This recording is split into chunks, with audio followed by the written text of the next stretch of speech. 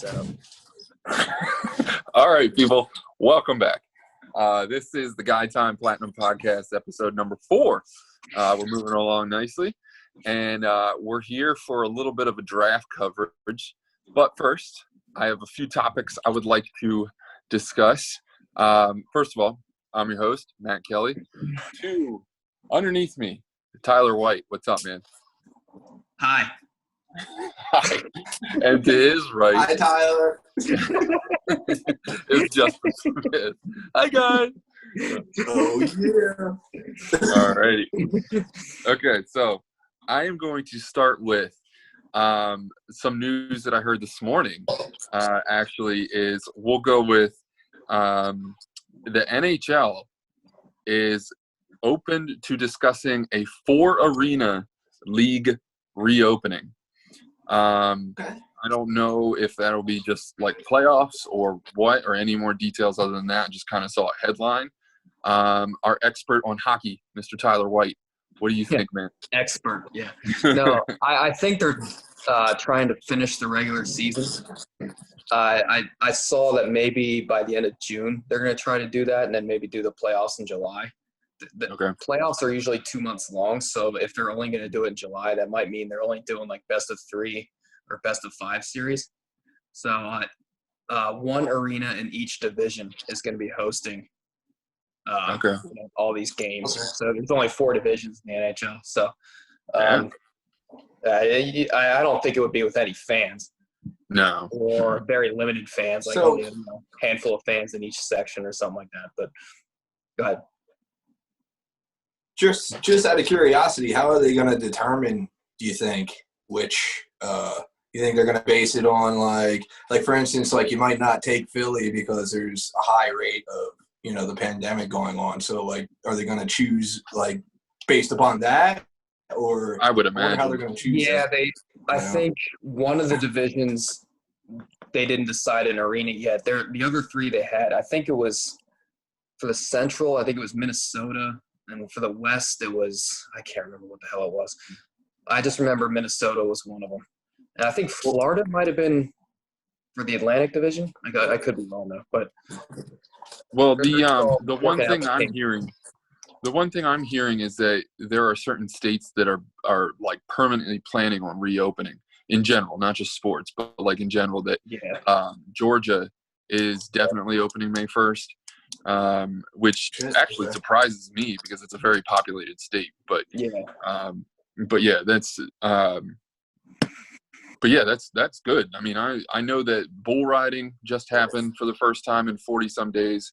I know overseas there's been soccer here and there or whatever, but it's good to see, in my opinion. So. Okay. Sorry to laugh. I just think it's funny. We're getting excited over bull riding. I don't know. Hey, bull riding. I know. Like, yes, well, bull riding, baby. Dude, any fucking organized lawnmower race. Yeah, any fucking organized event, I'm pumped for right now. To be honest with you. Okay. I'm with you because it's progress. You know what I mean? Yeah. Get back to normal. I've also heard about the pay in baseball is considering being restructured based on a potential comeback. So all of this kind of headlines I'm touching right now are just like sports coming back sort of headlines.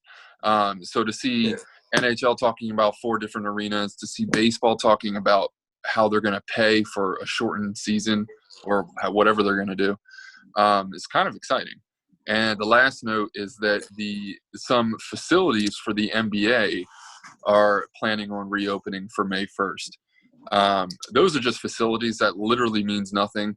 But to see kind of some of the important buildings reopening, that's pretty cool. So it's interesting. So, okay. Now, main part of the podcast, let's get into the draft. I will start with this. Bill Belichick's dog making picks. How do you guys feel? Did he draft anybody? Well, I mean, a lot of Oh, I was just gonna say a lot of the picks that they made weren't like any like top of the line guys. They like none of them were like top prospects. So maybe the dog did make the picks. I just remember seeing the video of the dog sitting in the chair, like completely still, staring. Yeah. And then fucking Belichick walks in with a dog treat and like, here you go, good job.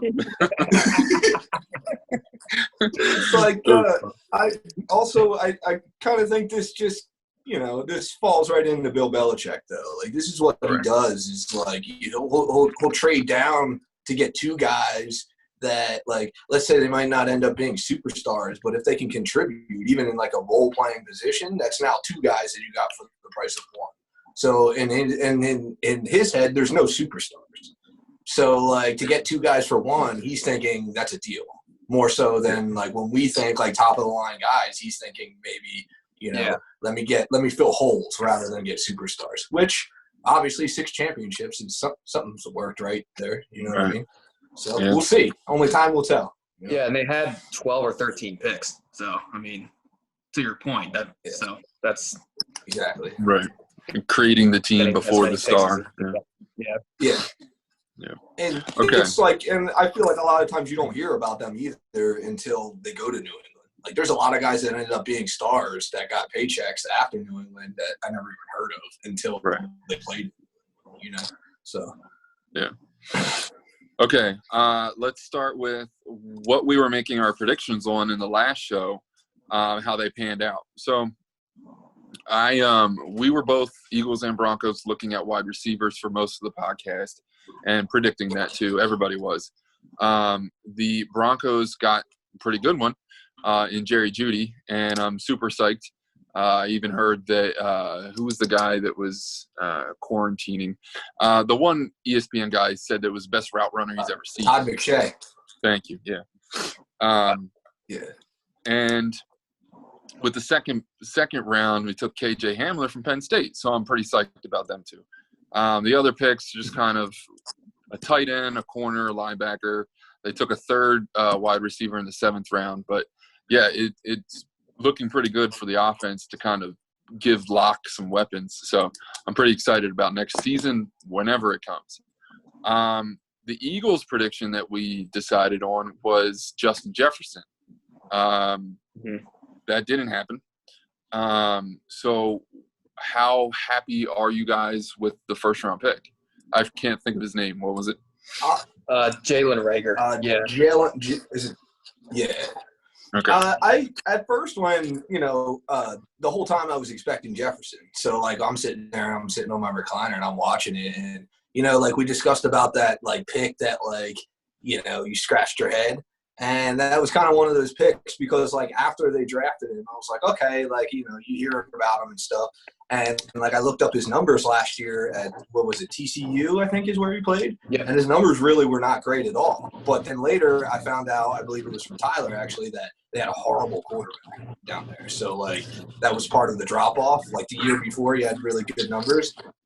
And something else I saw too, that when he did his 40-yard dash, he was 206 pounds, and then I guess he did a virtual draft, and he ran like when he was 2.6, he ran like I think a 4.4 or something like that. But when he was down to like 197 or whatever in his virtual whatever they called it, the virtual draft or the virtual scouting or whatever, he ran a 4.2, which that's speed. That's like a Deshaun Jackson. So so that's I mean, hopefully it pans out well.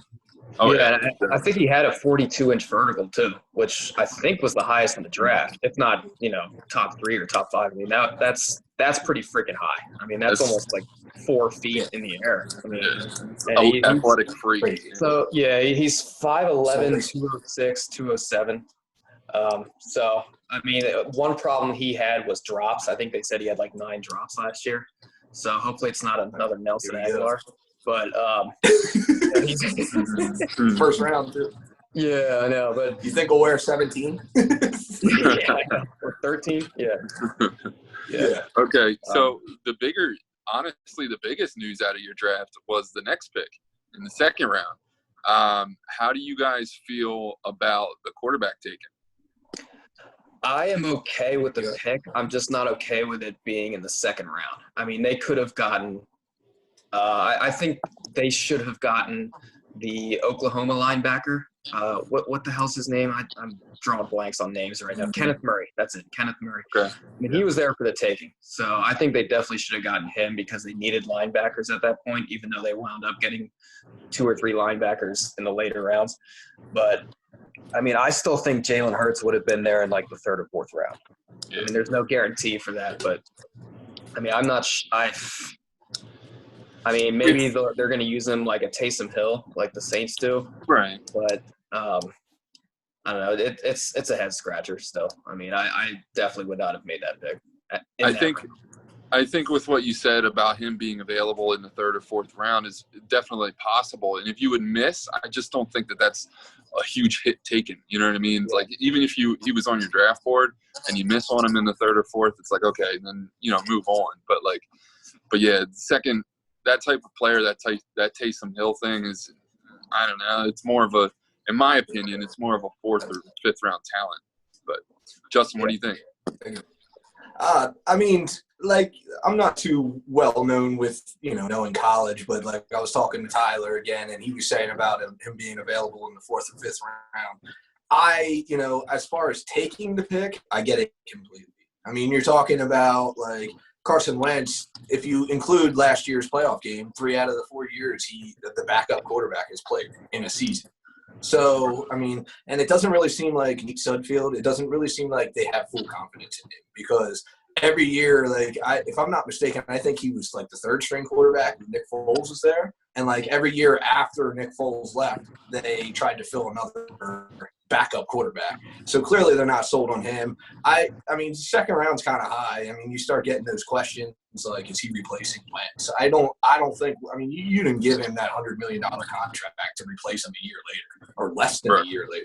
Yeah. So clearly it's insurance, and in their head, they felt like backup quarterback was insurance that they needed, and they didn't want to take the chance. Because I don't know what you do if you didn't get it. Like, let's say he passes in the 3rd or 4th round, and if that's your guy that you have been, scouting, then what do you do if that's what you're banking on being your backup? You know what I mean? It kind of feels like that's what they were banking on. So they were like, he's there still. I'm going to get him now before there's no chance, Right. So, I mean, I don't know. I think 2nd round's high, though. I mean, I definitely agree. 2nd round's way too high for that gimmicky type of – it almost reminds me of the Wildcat in a way. You know what I mean? Which I know we all hate. We all definitely got to be certain. Wildcat. Yeah, I mean, but Taysom Hill does it well down there in New Orleans, Yeah. But I feel like it's a one-of-a-kind thing. I don't think you draft a guy to play that role. You know what I mean? I just think he kind of falls into that role, in my opinion, honestly. Yeah, I agree. Okay, so the funny thing was, too, watching the 1st round was that our prediction, Justin Jefferson, goes to literally the next pick after the Eagles. So it was a little weird. But other than those 2 picks, how do you guys feel about the other? How many picks did you guys have? 5, 6 guys? Yeah, I think I'll take this one. Honestly, it to me, I feel good about it. Like, I feel like they took a lot of speed and they filled a lot of needs. But my problem is like I know in the 6th round they took an offensive tackle from Auburn. I'm hearing that like they're not 100% sold on Andre Dillard. So like this guy could actually, maybe if he pans out to be a pretty deal, like he could end up playing. But it just kind of seems like a lot of these guys, besides the 1st round pick, aren't really going to contribute. And so like in my opinion, the overall draft, like I felt overall good, but like I put it somewhere. If I had to grade it, I put it like a C+. Because they filled needs, in my opinion, but they didn't fill needs that are going to help us once the season starts right away. One of those receivers may play a significant role, but I just don't see it. And unless they get rid of Alshon Jeffrey, which seems like it's more and more every day that it's going to happen. So you never know, I guess. Yeah, I don't think he's coming back since they just drafted like 4 or like 3 receivers in the draft. And they just traded for Marquise Goodwin from the 49ers too. That's true. And all the guys they drafted in terms of receivers, they're all speed guys. None of them are like 6'4", 6'5" guys that can, go up and get the ball. But So, I mean, they got 2 offensive tackles, 2 linebackers, and one of them was from Temple. So he's literally going to be playing in the same stadium Yeah. as he did in college, assuming he makes the team. Literally.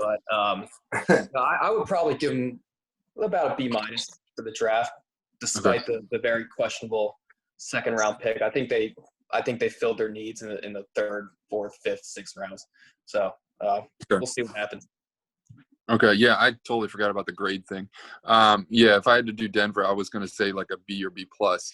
I really loved the first 2 picks or whatever, but the rest of the draft was really kind of like who. So I think there was actually a lot of that going on for the last. I don't know. After the second round, it was hard to know any names. So couple of the highlights though: Joe Burrow, number 1 pick to the Bengals.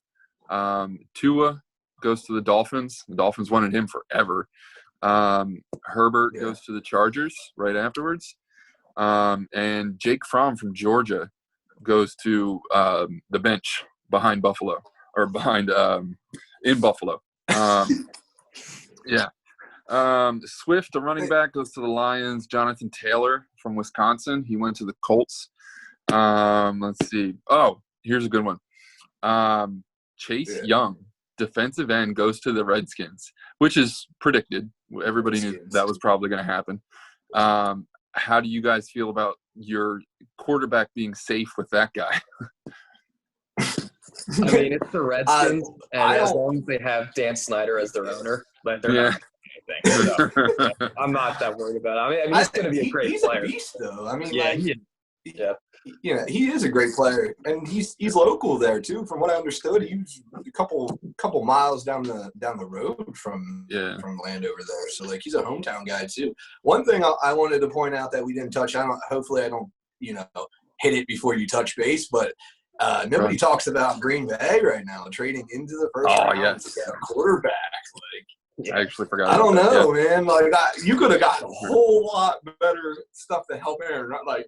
You're basically saying, like, in my opinion, you're like, well, Aaron, we had a good run, buddy. I see all these memes of, like, Brett Favre saying, see, now you know what it feels like. So that's a big story, in my opinion. To trade up to get a quarterback. I mean, they traded up. That's what makes it even worse. They traded up to get to him. They didn't just pick him there. And Aaron Rodgers still has 4 years left on his contract. Yeah. I know he's, like, 37, so the contract would run through 40 years old. But still, I mean, he's top 3, top 5 quarterback of all time. So, I mean, and he still has a lot left in the tank. I mean, he's shown it the last few years that he's still got a while to go. But he can't be happy with that at all. So there's a player that did not get drafted that I have a note about. So watching some of the college football playoff games and the national championship, there was a tight end for LSU. Randy Moss's son, Thaddeus Moss. He was catching everything from Joe Burrow this year. He signed with the Washington Redskins. I made that a note kind of to the point of what Justin said because of Dan Snyder. Like, I feel like Randy Moss, his father, should know to tell his son, hey, this guy's kind of a douche. Like, what, you know what I mean? Like, maybe he didn't have any other offers, so you take what you got. But it puts you in the NFL. I feel like and if he didn't get drafted, I mean, to even get a call at this, if you didn't get drafted and you got a call, I would take it. Right. At least show myself off and then leave because they ain't gonna win nothing. I mean, let's be honest. How old are we? And they haven't won anything basically in our. The last time they won anything, we were children. Like, we were little babies. We were like 4 years old. You know what I mean? That's like 25 years ago. So that's what, like Tyler said, as long as Dan Snyder's there, they're not winning anytime soon. Yeah. Right. Okay, so another note that I have, the Carolina Panthers. I don't know if this has ever happened before or how long it's been since it's happened, but the Panthers drafted all defense, not a single offensive player. I know McCaffrey is on offense, but, the quarterback is still a question, in my opinion, and the wide receiver is probably a question. So, is that smart? Do you think you guys are okay with that? What do you think? Man, I was not aware of that until you just said that at all. But I mean, that's news to me. But I'd be upset if I was Carolina, like a fan right now. Right, I mean, because like you said, like we talked, I think it was the last episode about like, would you center a whole team around a running back? Is there like a number one running back? And now it kind of sounds like you ain't even willing to put nothing around him. Like you're like, all right, this is our guy. We just paid him all this money. Here you go. Win us games. Because like, Teddy Bridgewater played great. Don't get me wrong. Like he played great, but he played great with the Saints offense. Like anybody that like I don't want to take nothing away from him because it's still a feat to go undefeated as a backup coming in. But like you had a great team. Like he's let's see what he does without a great team. You know what I mean? So there, like you said, there's question marks. So to not get any kind of like no receivers and nothing, that's scary to me, honestly. Yeah, definitely. Okay. Tyler? Yeah. Go ahead. Well, I mean, I know they've lost a lot on defense there. I know Luke Kuechly's gone. I mean, Thomas Davis went a few years ago. They don't have Josh Norman anymore, even though that was a few years ago too. But they used to have a great defense, and they've lost all their key guys in the past few years. So, I mean, that could be part of why it was all defense. But literally to have every single pick, every 7 or 8 picks or however many it was, I mean, that's kind of absurd if you think about it. Yeah. So, especially when you figure that, like, let's be honest, like 3 of those guys probably aren't going to make the team. You know what I mean? So, like, to not even give yourself a chance to draft an offensive guy to, like, throw in the mix or anything, like, I don't know. I feel like that's a miss. So if McCaffrey goes the whole season without getting hurt, that's quite an accomplishment. Because I mean, when you don't draft any offensive players, he's going to get the ball. Yeah. Play. So, Right. Yeah. Okay. For sure. So we all know the name Calais Campbell, right? The defensive lineman. He's been in the league for a while now. I believe he just went to the Ravens. Did you hear about his tweet? No. Okay, so he just got on Twitter. I believe it was Thursday night, the first round, and he goes on Twitter and he says, "Hey Joe Burrow, congratulations on being the number 1 overall pick. I can't wait to get properly acquainted." I was dying. That's hilarious. Go ahead. Yeah, I didn't hear that. Oh, okay. Calais Campbell goes on Twitter and he says to Joe Burrow, and he goes, congratulations on being the number 1 overall pick. I can't wait to get properly acquainted with you. Oh, yeah. Welcome to the NFL, bro. Yeah, dude. Yeah, I thought that was That's pretty perfect. Yeah. But I like, at the same time, like, he's a great talent. Let's not get him started before he even gets on the field. Right. You don't know what he's going to do. He may torch you all day long. Like, dude. He probably won't sack him all year now. Yeah. It's kind of like the Zach Brown thing. Remember on the Eagles? He was like, hey, it's Kirk Cousins is horrible. And then he had the rest of the year he played phenomenal, dude, until to the playoffs, So be careful what you do, what you say before you get on the field. Yeah. Oh, yeah. Okay. So last couple of things here. Jameis Winston is looking at signing a deal with the New Orleans Saints. Is it a good fit? To me, he's probably a decent backup. So, I'd say it's a good fit. What do you guys think?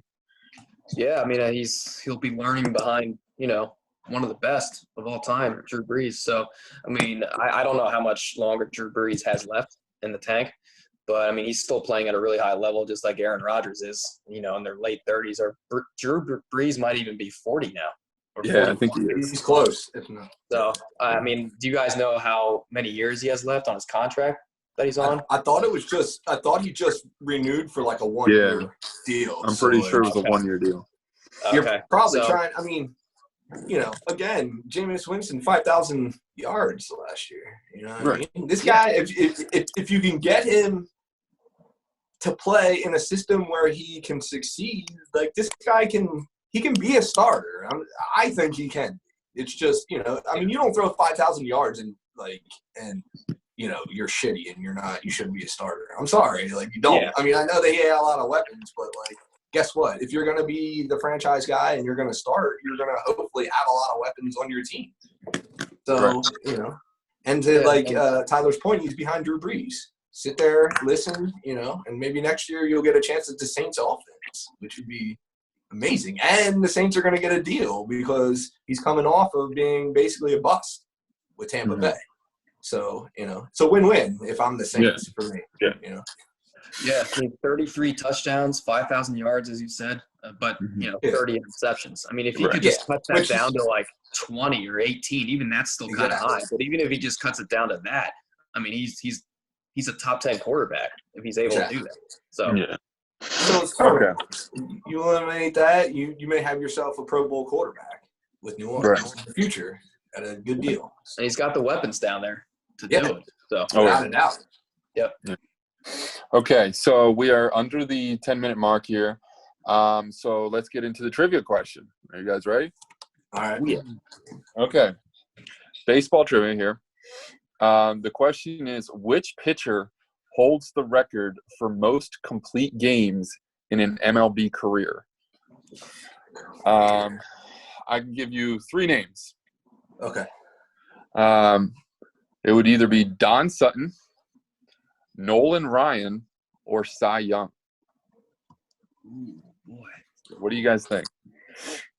I'm going to say Cy Young. Okay. Tyler? Am I allowed to give the same answer, or do I have to give a different? No, you can. That's fine. I can do the same one. Okay, because that's who I was going to say, Cy Young. Okay. Not only are you guys correct, but listen to this. Cy Young pitched 749 complete games over the course of his 22-year career. Shit. Okay. Here's the craziest part of this. Only 3 pitchers have even started that many games. Wow. And it was him and the 2 other guys I named. So does it tell you how many games he pitched that he didn't go all the way? Oh man, that has to only be a few. I didn't get his career games played, but yeah, that's fucking. So this is like a time where it's like you pitch a complete game and then like the next day you come back out and like you're the pitcher for the team, so like you're the guy that pitches all the time. Yeah, that's insane. Yeah, 22-year career. That's crazy. That's crazy, and to pitch that many complete games, think about how many innings that is. That's a shit ton of innings, dude. And to stay healthy for 20-some years? That's crazy. Yeah, how does your arm not fall off? That's crazy. Yeah.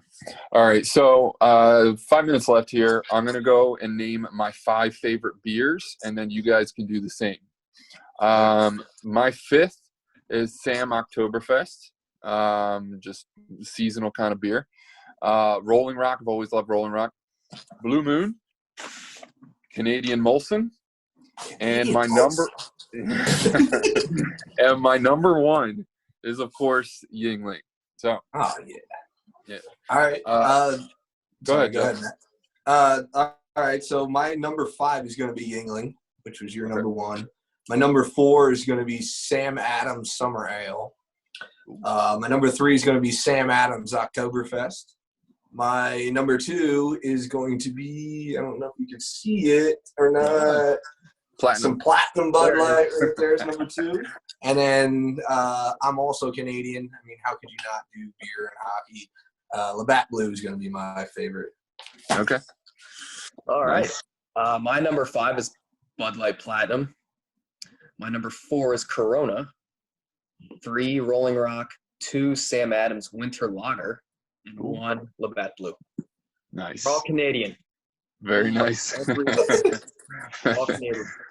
Okay, Justin, you're drinking Platinum. I got a Miller Lite here. Ty, are you drinking anything?